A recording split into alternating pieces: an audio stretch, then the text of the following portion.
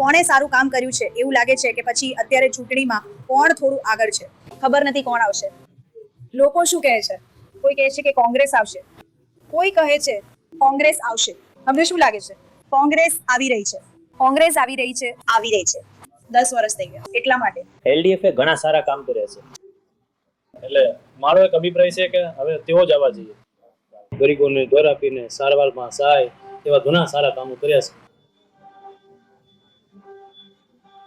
આ કોંગ્રેસ 10 વર્ષનો ચાન્સ આપો તો 10 વર્ષ હવે તેઓ જ આવશે.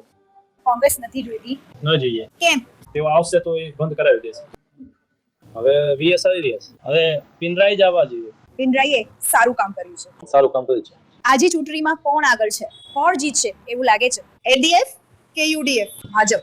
આપણા અહીંયા 2 વખતે મેક્સી જીત્યા હતા, આ વખતે પણ મેક્સી ઉભા છે. મને તો એ એક સારા માણસ લાગ્યા છે. કોણ સારા માણસ? મેક્સી. મેક્સી કઈ પાર્ટી? એલડીએફ છે. એલડીએફ ને જીતવું જોઈએ. એલડીએફ છે. યુડીએફ કેમ?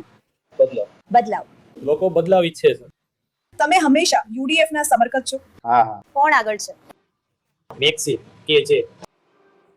મેક્સી. એલડીએફ કેરળમાં એકંદરે તો માત્ર સંકમ કર રહ્યા મને ખબર નથી. તારા મનમાં શું છે? બધા મને પૂછે છે. છતાં અમારી ઈચ્છા છે કે ડાબેરી પક્ષ આવે. તમે પાર્ટીમાં છો? શું? તમે એલડીએફ પાર્ટીમાં છો? હું સમર્થક છું. ચૂંટણીમાં કોણ આગળ છે? એલડીએફ. તમે એલડીએફ ની ત્રીજી ટર્મ ઈચ્છો છો? લોકો એવું ઈચ્છી રહ્યા છે. હા. કેમ? કારણ કે એલડીએફ પણ ઘણા વિકાસ કર્યા છે. રસ્તાઓ, પુલો, બધું જ. અને લોકો ફરીથી ત્રીજી વખત એલડીએફ ને આગળ ઈચ્છે.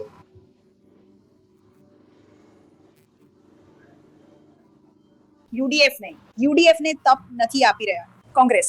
કોઈ તક નથી. અહીં કોચીમાં કેએસઆરટીસી બસમાં અને અમે લોકોનો અભિપ્રાય જાણવાનો પ્રયાસ કરી રહી હતી કે તેઓ શું વિચારે છે કે આ ચોક્કસ ચૂંટણીમાં કોણ આગળ છે અને શા માટે. અને અહીંયા ખૂબ જ રસપ્રદ મુકાબલો થવાનો છે, કારણ કે ભલે ભાજપ મેદાનમાં હોય, અમે અપેક્ષા રાખીએ છીએ કે તે મૂળભૂત રીતે તે જ રહેશે જે તે હંમેશા રહ્યું છે. યુડીએફ અને એલડીએફ વચ્ચે દ્વિધ્રુવીય સ્પર્ધા.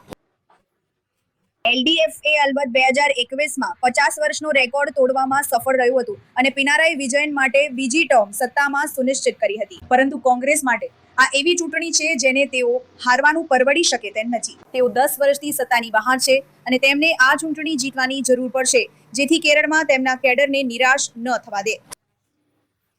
કોચીમાં કેમેરા પર્સન પોલ રાજ સાથે ડીકોડર માટે કુમાર સુધીર.